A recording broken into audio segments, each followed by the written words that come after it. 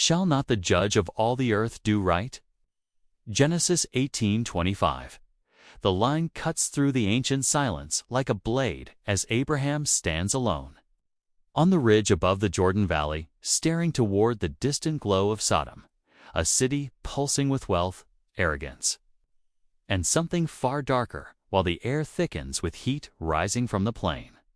The kind that distorts the horizon and makes the world shimmer like a mirage, even though nothing about this moment is an illusion because the land below him is real, the danger is real, and the judgment approaching it is real. The scriptures describe Sodom as a place swollen with excess, a society so volatile it could ignite from a single spark, a true powder keg waiting for ignition. Yet Abraham, a man with everything to lose, steps into the path of divine fire and risks his standing, his future, and even the covenant that defines him. He does this because something compels him to stand between heaven and a city that mocks righteousness. And the question rises, why would he do it? Then there is the catastrophe itself, the fire from heaven that would erase Sodom from the map. And the question becomes whether it was myth or whether the earth recorded the blast in its own language through melted pottery, fractured minerals, and a destruction layer so violent it still defies explanation. This documentary builds a case on three pillars: the world that made Sodom combustible, the motive that drove Abraham to intervene, and the forensic scars that may still burn beneath the soil. Subscribe to follow this investigation into the oldest catastrophe ever recorded. The wind moves across the highlands of Mamre with a low, restless hum that carries the scent of dust and distant salt as Abraham lifts his eyes and sees three figures approaching. Travelers who walk like men but radiate a presence that unsettles the air around them. He runs to meet them, bowing low and offering water, bread, and shade beneath the ancient terebinths. And although the meal unfolds quietly, the silence feels charged as if the world is holding its breath. A promise is spoken while Sarah listens from the tent, her laughter thin and brittle. But then the atmosphere shifts as the visitors rise and turn their gaze toward the kicker, the lush circle of land that cradles Sodom and Gomorrah. Abraham walks with them, each step echoing with a tension he cannot name until the Lord reveals the truth that the outcry against Sodom is great, its corruption deep, and judgment is coming. Abraham stops as the valley below glitters with prosperity through irrigated fields, fortified gates, and caravans moving along the trade routes. Yet beneath the beauty lies a sickness of violence and exploitation, a society devouring itself from the inside out. He steps forward with a voice trembling but unbroken and asks, "Will you indeed sweep away the righteous with the wicked?" The tension tightens and the stakes sharpen, and to understand Abraham's plea, we must understand the world he was pleading for, a world perched on the edge of disaster. And so we descend into the real Sodom, a city built on wealth, corruption, and geological instability. To understand the gravity of Abraham's intercession, we must first understand the land itself, a region where beauty and danger lived side by side, where prosperity masked instability, and where the ground beneath one's feet could betray an entire civilization. The southern Jordan Valley, dominated by the fertile kicker, was no mythic backdrop but a real, thriving, volatile world. Archaeologists describe the kicker as a broad, circular plain north of the Dead Sea. It's a landscape shaped by the Jordan River and framed by steep highlands. And its fertility was legendary because seasonal flooding enriched the soil and turned the region into an agricultural powerhouse that produced grapes, dates, and grain in abundance. Where there is abundance, there is power. And where there is power, corruption follows. Excavations at Tall el Hammam, led by Dr. Stephen Collins, beginning in 2005. Uncovered a massive Middle Bronze Age city dominating this plain. And its footprint of nearly 100 acres made it the largest urban center in the southern Levant during the era traditionally associated with Abraham. Towering fortification walls, administrative buildings, industrial zones, and irrigation systems revealed a city of immense wealth and influence. And the biblical description of Sodom as a principal city of the plain fits this archaeological profile with unsettling precision. Yet prosperity alone does not make a powder keg, because the moral climate of the ancient Near East adds another layer of volatility. Texts from the same era, such as the Mari letters, describe city-states marked by exploitation, sexual violence, and systemic injustice. And although Sodom is not named in these documents, the cultural parallels are unmistakable. The world of the Middle Bronze Age was a world where the powerful consumed the weak, where hospitality was sacred because danger lurked behind every door, and where cities could rot from the inside long before their walls fell. Yet the most explosive element of Sodom's world lay beneath the soil because the Dead Sea. Transform Fault runs directly through this region. It's one of the most active seismic zones in the Middle East. Geological studies by Dr. Amos Neer of Stanford University document repeated Bronze Age earthquakes capable of triggering landslides, gas releases, and surface ruptures, and the ground here is layered with bitumen, sulfur, and natural gas pockets, materials that ignite with terrifying ease.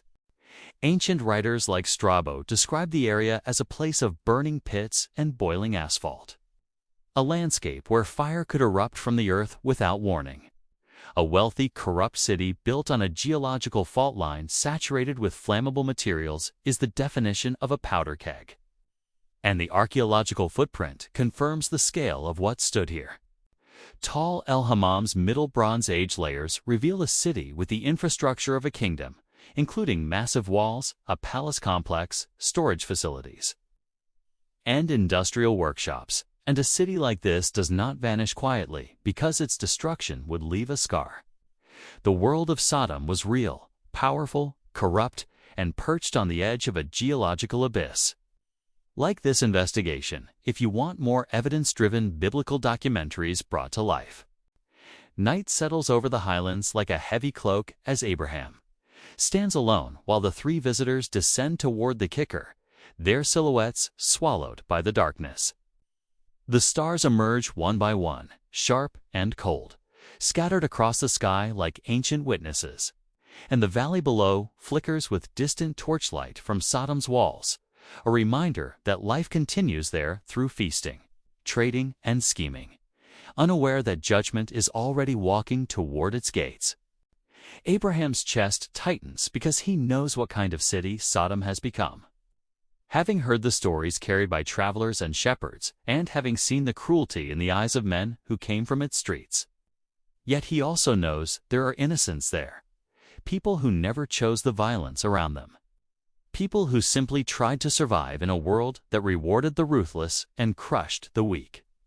He steps forward again as if the conversation with God still lingers in the air, and the numbers fall like lifelines. 50, righteous, 45, 40, 30, 20, 10. Each number is a plea for lives drowning in corruption, and each request is a reminder that Abraham is not bargaining for statistics, but fighting for human beings. The tension coils tighter, and the night grows heavier, and somewhere in the darkness, the first tremor of coming destruction stirs beneath the earth. To understand why Abraham risked everything, we must understand the world he came from and the ancient customs that shaped his courage. The investigation turns now to the historical Abraham, the intercessor who stepped into the path of divine fire. To grasp the weight of Abraham's intercession, we must step into the world of the early 2nd millennium BCE, a world defined by honor, covenant, and the fragile balance between tribal loyalty and divine allegiance. Abraham's plea for Sodom was not an impulsive act of sentiment, but a historically grounded action, shaped by the legal, cultural, and spiritual frameworks of his time. The first clue lies in Abraham's identity because he is not a wandering mystic drifting through the desert, but a patriarch, a chieftain, a man whose household included hundreds of trained men as recorded in Genesis 14. Archaeological parallels from the Middle Bronze Age, particularly the Mari tablets discovered by André Perret in Ijo-Sensen, reveal that tribal leaders like Abraham held real political influence, negotiated with kings, formed alliances, and acted as mediators in regional disputes. Abraham's intercession fits this profile precisely as a leader stepping into a crisis that threatened the stability of the entire region.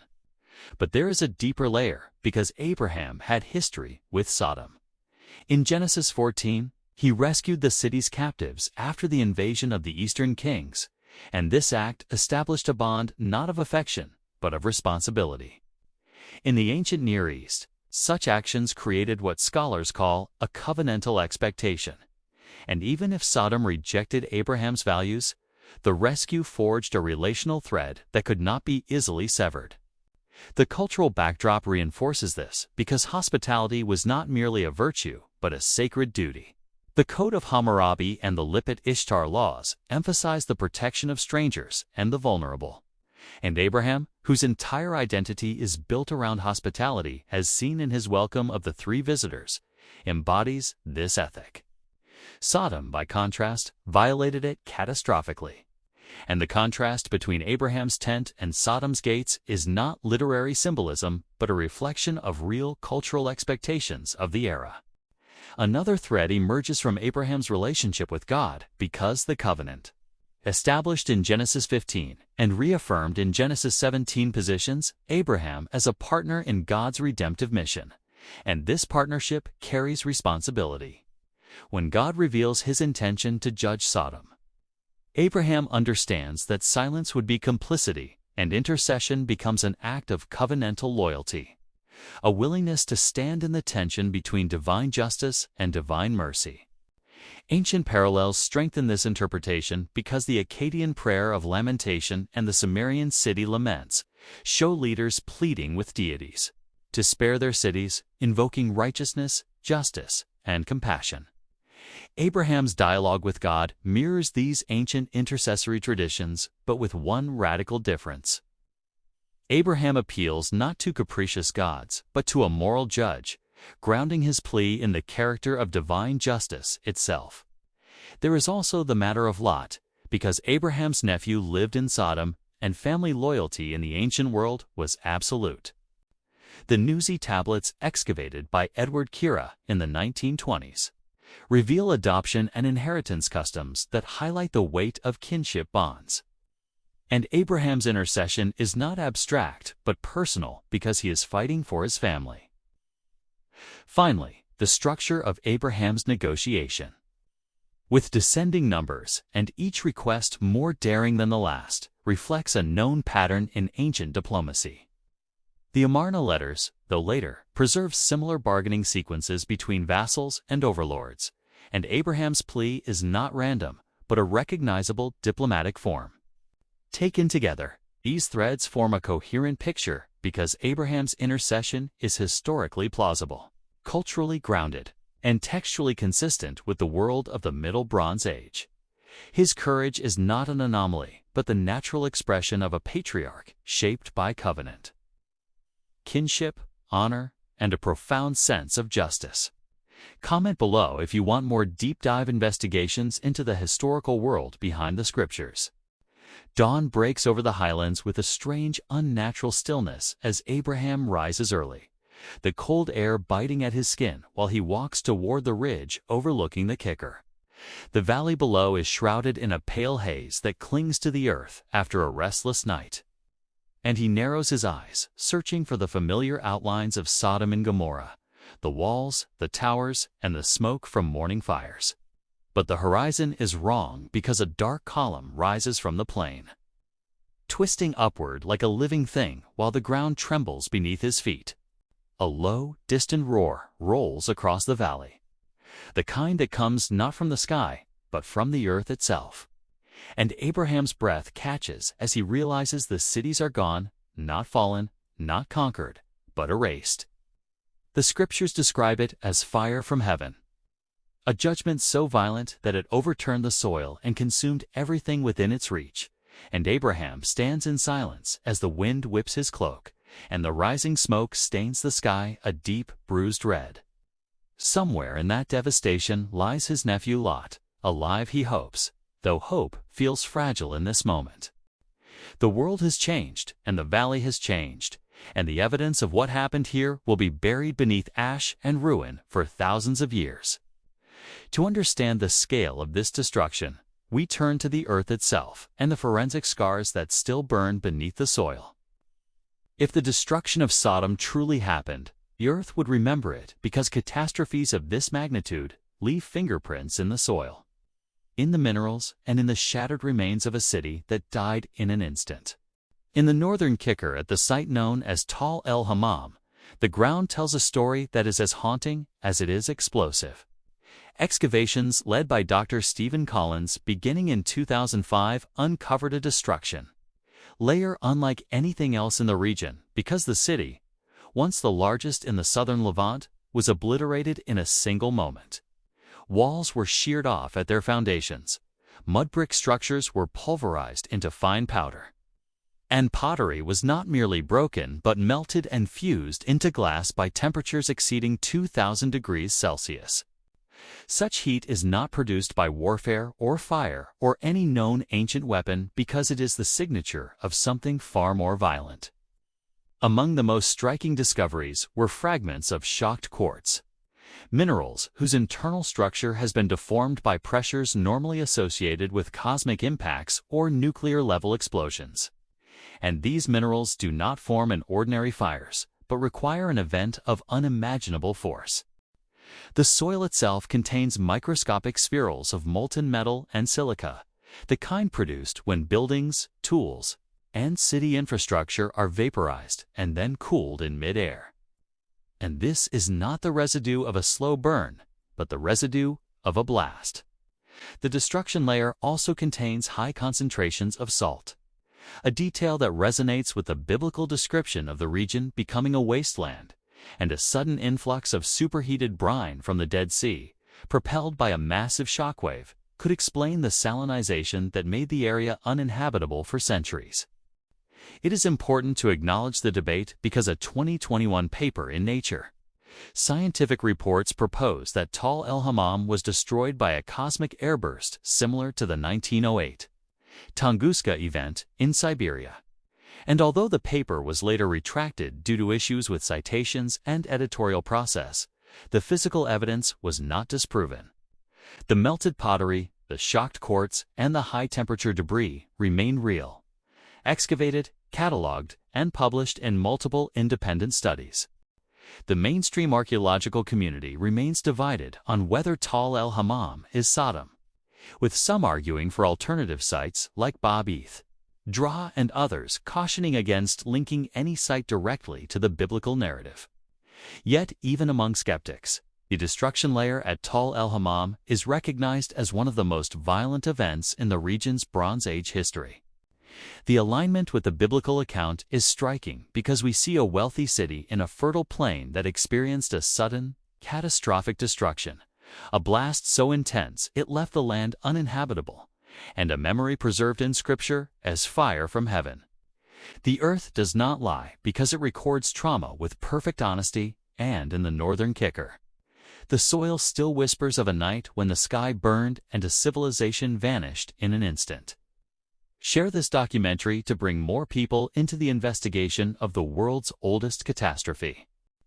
3 pillars and 1 story reveal a world that was real, a man who stood in the gap, and a catastrophe that still scars the earth. The first pillar showed us a city perched on the edge of disaster, wealthy, corrupt, and built on a geological fault line saturated with flammable materials. And Sodom was not a mythic symbol of moral decay, but a real city in a real landscape, a powder keg waiting for a spark. The second pillar revealed the heart of Abraham, a patriarch shaped by covenant, honor, kinship, and justice, and his intercession was not an anomaly but the natural expression of a leader who understood the weight of responsibility because he risked everything as righteousness demands courage even when the world around you is collapsing. The third pillar confronted us with the forensic truth because the destruction layer at Tall el Hammam, with its melted pottery, shocked quartz, and high-temperature debris, stands as a haunting echo of the biblical fire from heaven.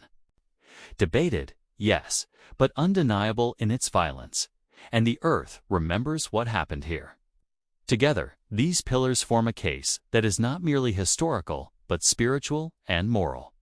a reminder that justice and mercy walk side by side and that intercession still matters in a world trembling on its own fault lines. May this investigation draw you deeper into the truth of Scripture and stir a prayer within you for the cities of our own generation.